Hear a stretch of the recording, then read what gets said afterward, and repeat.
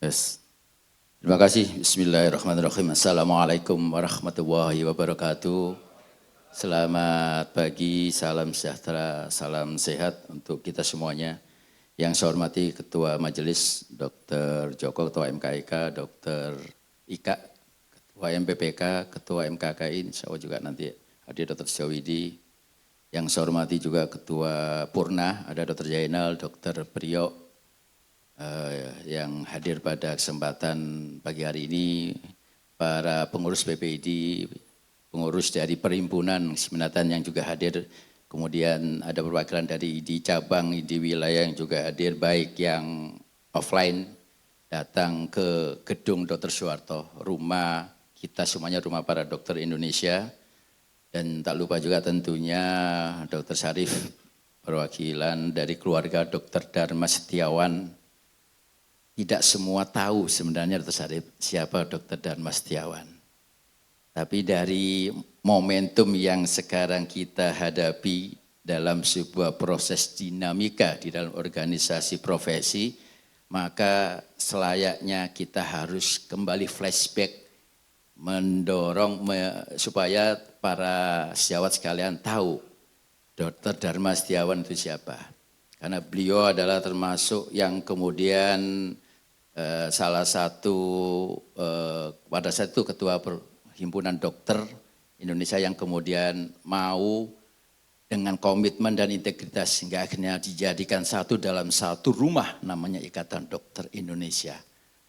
Itu adalah sebuah sejarah yang memang tentunya kita harapkan menjadi memperkuat kita bahwa lahirnya rumah yang kemudian disebut ikatan itu tidak terlepas dari sebuah keinginan para pendahulu-pendahulu kita bahwa para dokter Indonesia itu harus berada di dalam satu ikatan yang kuat. Saya selalu bilang begini Dr. Priyo, Dr. Jainal, kalau kemudian sekarang ada upaya-upaya yang memarginalisasikan Ikatan Dokter Indonesia secara institusi, nama Ikatan Dokter Indonesia itu tidak akan bisa dihilangkan karena sebuah sejarah panjang. Mulai dari perkumpulan dokter India Belanda, perkumpulan dokter Pribumi, kemudian ada perkumpulan tabib dengan Ketua Dr. Abdul Rashid dan perkumpulan dokter dengan Ketua Dr. Dharma Setiawan yang kemudian disatukan salah satunya oleh Dr. Soeharto di muktamar pertama bulan September 1950. Tidak terlepas dalam sebuah proses sejarah lahirnya Ikatan Dokter Indonesia karena memang kepentingan kesehatan rakyat, kepentingan bangsa, dan kepentingan dokter-dokter pada saat itu. Bukan karena kepentingan-kepentingan tertentu. Hingga yakinlah kalau kita melihat dalam sebuah proses sejarah tadi, maka sudah seharusnya negara memberikan sebuah apresiasi secara institusi organisasi Ikatan Dokter Indonesia ini karena peran sertanya di dalam membangun mulai dari fondasi negara di pra-kemerdekaan, kemerdekaan dan juga sekarang dalam mengisi permasalahan-permasalahan kesehatan di Indonesia. Dan tentunya pada kesempatan kali ini jika ada hal-hal yang kritik-kritik terhadap organisasi, jangan salahkan ID-nya. Jangan salahkan Ikatan Dokter Indonesia, jangan salahkan perhimpunannya, tapi salahkanlah kita yang mungkin belum mengelola dengan baik. Jadi inilah yang kemudian menjadi sebuah otokritik bagi kita di dalam momentum hari ulang tahun ID yang ke-74 ini, memang tentunya harus ada perubahan-perubahan yang kita lakukan. Perubahan dalam sebuah proses adaptasi yang kemudian kita harus lakukan dalam satu upaya dan yang secara organisasi juga bukan hanya di Ikatan Dokter Indonesia saja. Di semua negara, kemarin barusan minggu lalu kami pulang dari General Assembly dari World Medical Association, permasalahan-permasalahan global yang dihadapi oleh para profesi dokter itu adalah hal yang kemudian sama juga sedang kita hadapi. Liberalisasi kesehatan, globalisasi kesehatan, teknologi, dan kemudian mengenai inequity di dalam pelayanan kesehatan itu sebuah kondisi yang sama. Tapi ada satu yang kemudian terus kemudian diperkuat di dalam sebuah proses di semua negara. Selalu mengingatkan tentang masalah satu etik. Sehingga akhirnya revisi Deklarasi of Helsinki pun akhirnya kemudian ada perbaikan-perbaikan penyesuaian terhadap kondisi-kondisi yang global. Yang ini juga kemudian diperkuat juga bahwa perlunya equity. Ya, kalau udah bicara equity, tanggung jawabnya ada di mana? Tanggung jawab bukan di kita dalam profesi. Tanggung jawab ada dalam negara. Negara lah yang harus kemudian memberikan tanggung jawab, memberikan sebuah equity, kesamaan di dalam masyarakat Indonesia untuk mendapatkan pelayanan, mendapatkan akses, mendapatkan kemudahan, dan kita di dalam profesi yang ada di dalam satu rumah besar Ikatan Dokter Indonesia itu adalah tentunya difasilitasi untuk bisa memberikan hasil pelayanan yang terbaik bagi masyarakat Indonesia. Jadi kalau sekarang ada banyak kritikan terhadap pelayanan kesehatan, bukan salahnya para dokter saja. Tapi karena memang ada fasilitasi yang memang masih kurang dari negara. Apa fasilitasinya? Tentunya berkaitan juga dengan masalah ketersediaan sarana prasarana. Terkait dengan masalah aspek pembiayaan kesehatan. Biaya kesehatan di Indonesia yang masih tinggi dibandingkan kalau kita bicara untuk Malaysia, Thailand ataupun di negara ASEAN ini. Kemudian berkaitan juga dengan mengenai disparitas pelayanan, distribusi para dokter tenaga kesehatan yang belum merata di seluruh wilayah Indonesia. Tanggung jawab siapa? Ya tentunya tanggung jawab kita semua, termasuk juga tanggung jawab negara. Nah inilah yang kemudian di dalam hari ulang tahun Ikatan Dokter Indonesia, izinkan mungkin kami menyampaikan satu orasi. Kemarin diingatkan oleh Ketua Puna Dr. Zainal, kita menamakan bahwa di setiap hari ulang tahun ada namanya orasi Dr. Soeharto. Karena beliau salah satu pendiri Ikatan Indonesia. Di Hari Bakti Dokter Indonesia ada orasi Sutomo. Dan ini yang kemudian nanti mudah-mudahan di setiap tahun akan terus digaungkan sebagai bagian upaya kita untuk memberikan sebuah advokasi terkait dengan permasalahan profesi dan permasalahan kesehatan. Kami mengambil judul Leadership Breakthrough in Medicine, the Past, Present, and Future. Nah kalau kita bicara sekarang di dalam perkembangan medical practitioner di Indonesia, di zaman dahulu tadi dengan sejarah yang sudah kita sampaikan, kemudian saat ini dan apa kemudian tantangan yang akan kita hadapi ke depan, maka perlu ada upaya breakthrough di dalam kepemimpinan, di dalam pengelolaan organisasi profesi. Slide. Nah inilah yang kemudian evolusi yang terjadi di dalam proses di kedokteran atau di kesehatan. Mulai dari zaman dulu yang mungkin hanya intuition medicine. Kemudian berkembang pada evidence-based medicine. Kemarin dipertegas kembali di dalam proses di Helsinki, salah satunya berkaitan dengan mengenai sebuah evidence-based medicine untuk kemudian dijadikan sebuah dasar di dalam permasalahan pelayanan kesehatan. Itu diingatkan betul, di semua negara mengingatkan. Ya kan ada salah satu yang kemudian disampaikan berkaitan dengan human versus teknologi. Salah satu tulisan di Abraham Verghese, dia CEO TED Talk yang ada di US. Beliau juga seorang dokter dan beliau kemudian mengingatkan bahwa teknologi akan menghilangkan human touch-nya profesi dokter kepada pasiennya.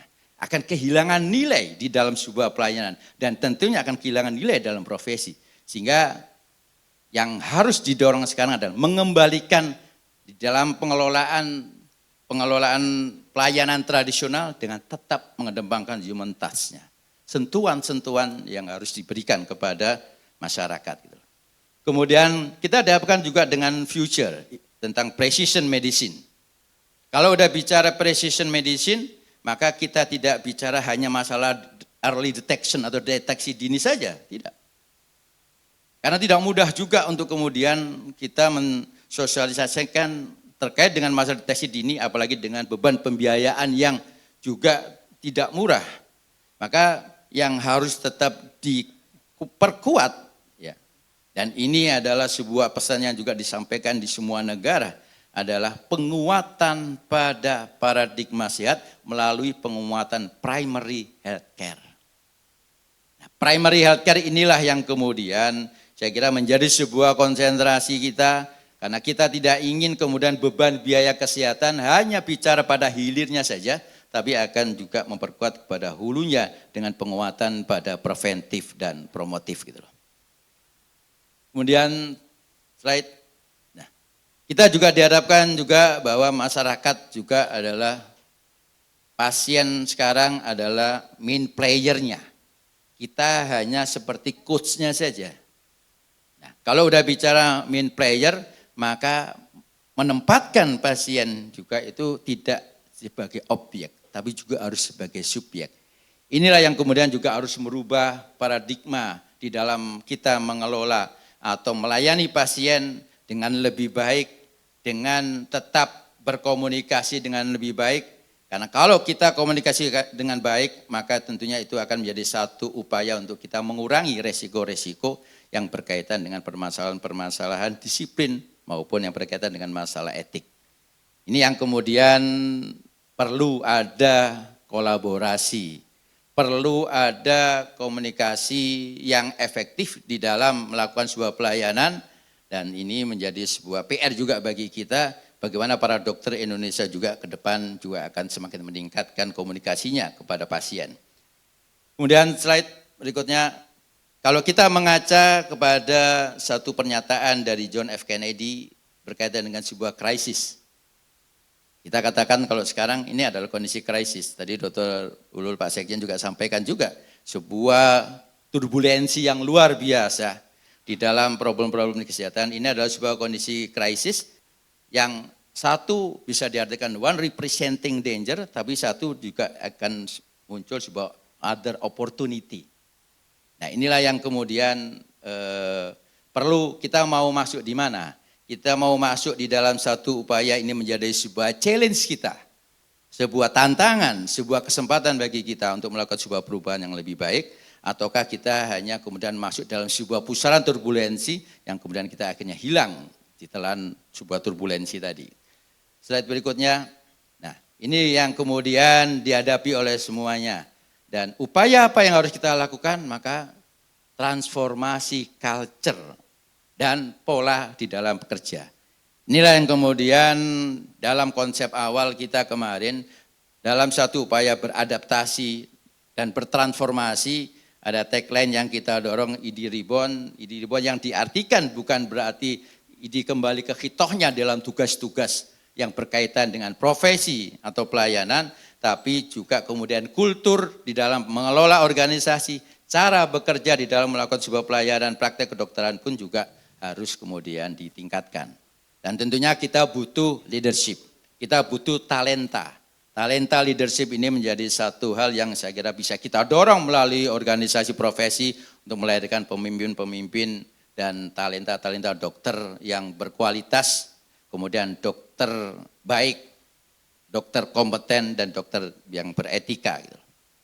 Slide berikutnya, nah, 90% akhirnya fokus pada culture.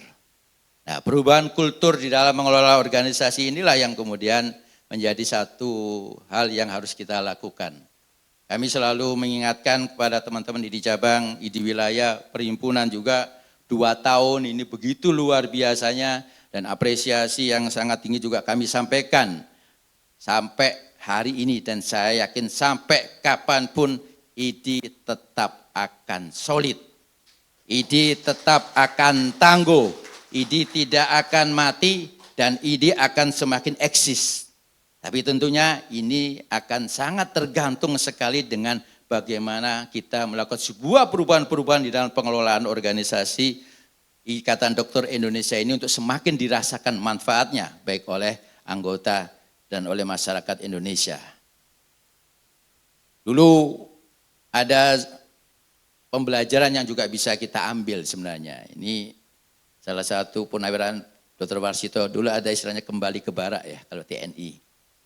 Dr. Astronias juga ya, kembali ke barak.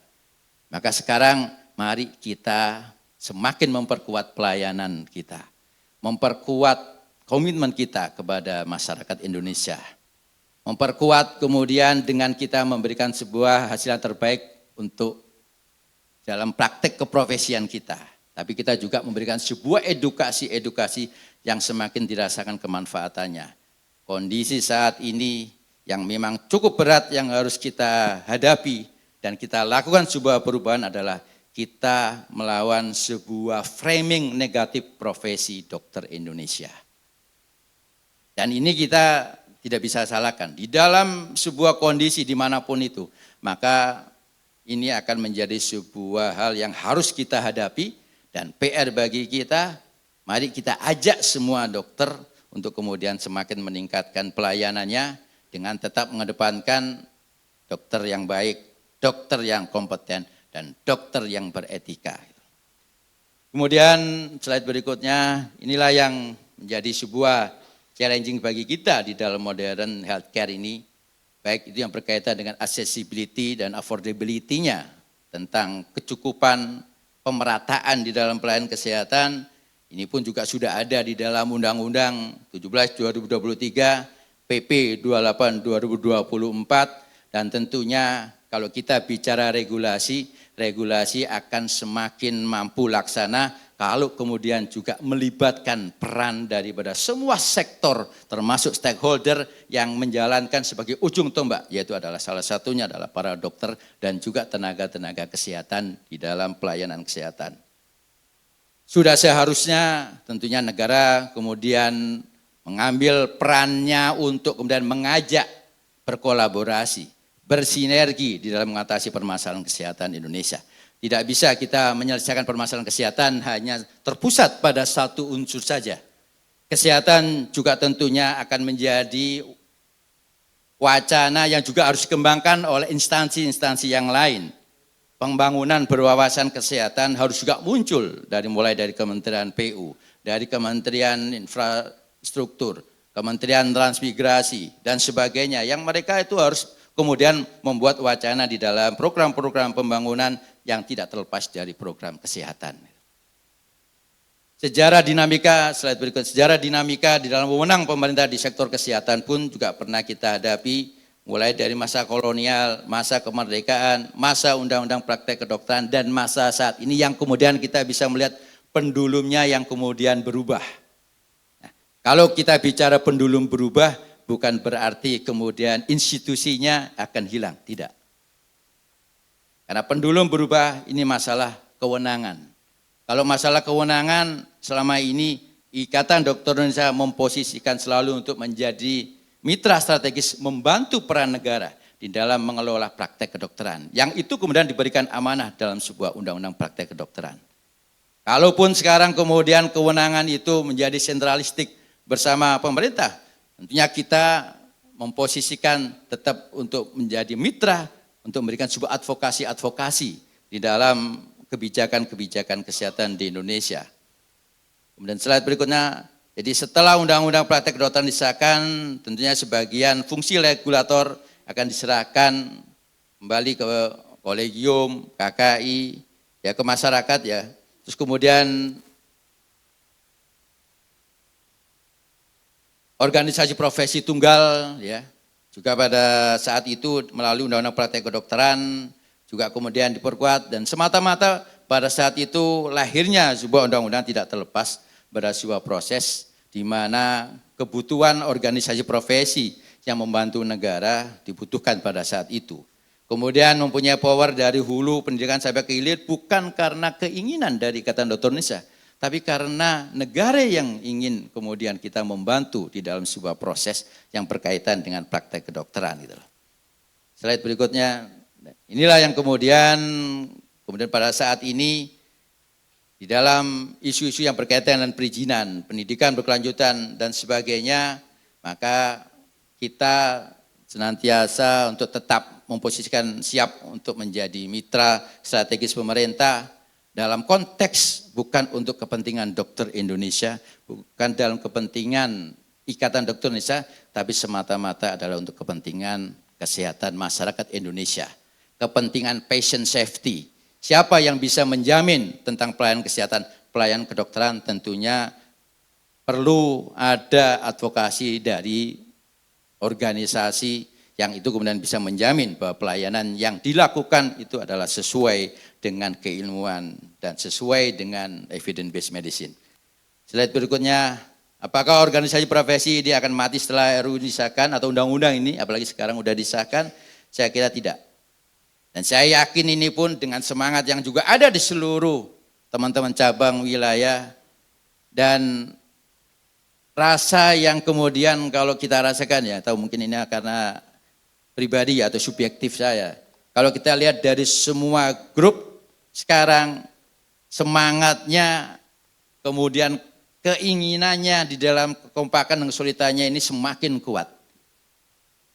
Bridgingnya itu juga semakin kuat gitu loh. Dan ini akan menjadi sebuah modal bagi kita untuk kemudian Ikatan Dokter Indonesia akan selalu bekerja untuk melayani anggota, selalu berpartner dengan pemerintah secara baik, dan tentunya kita akan mengedepankan mengelola organisasi secara konstruktif dan mengurangi hal-hal yang sifatnya konflik-konflik of internal. Slide berikutnya. Kita tahu bahwa di dalam perkembangan terbaru dunia kedokteran, mulai dari medical education juga ada perubahan berkaitan dengan regulasi yang tidak hanya bicara dari aspek profesional saja. Kita bicara tentang pelayanan kesehatan kedokteran tidak bicara tentang saintisnya saja, tapi kita bicara juga nanti berkaitan juga dengan masalah hal-hal yang menjadi interfere di dalam mengelola kesehatan atau kedokteran. Baik itu yang sifatnya internal maupun yang eksternal. Gitu. Baik itu yang sifatnya ada unsur politis ataupun tidak. Nah, inilah peran daripada kita untuk memberikan sebuah penjelasan-penjelasan kepada masyarakat, mengedukasi masyarakat untuk bisa memahami terkait dengan permasalahan-permasalahan di perkembangan-perkembangan terbaru di dunia kedokteran, khususnya untuk di Indonesia. Slide berikutnya. Ini yang kemudian menjadi sebuah semangat. Salah satu contoh former presiden dari WMA, Sir Michael Marmot. Ya. Beliau kemarin kebetulan hadir juga di Helsinki dan kami sempat bertemu tulisan-tulisan beliau tentang health gap, termasuk juga beliau juga konsultan WHO, dan beliau sampaikan bahwa saya akan tetap untuk kemudian berjalan, bukan slowing down, saya akan tetap menyuarakan baik itu kepada pemerintah ataupun kepada masyarakat tentang responsibility terkait dengan masalah kesehatan itu. Dan ini yang kemudian digaungkan oleh beliau untuk kemudian semua negara juga menyuarakan hal yang sama. Gitu. Slide berikutnya.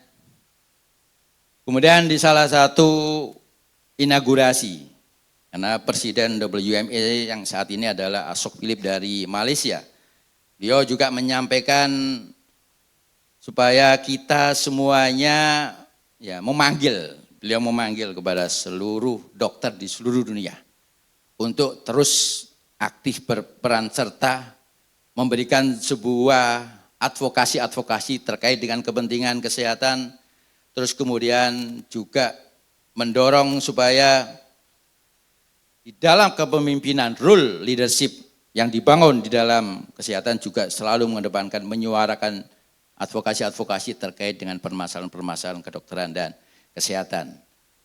Karena kita harus menggait, kalau bahasa beliau menggait policy maker. Ya. Jadi Ikatan Dokter Indonesia akan selalu berada di dalam sebuah fungsi guide ya kepada policy maker supaya kebijakan-kebijakan kesehatan itu memang sesuai dengan kondisi, sesuai dengan kepentingan-kepentingan masyarakat terutama di bidang kesehatan.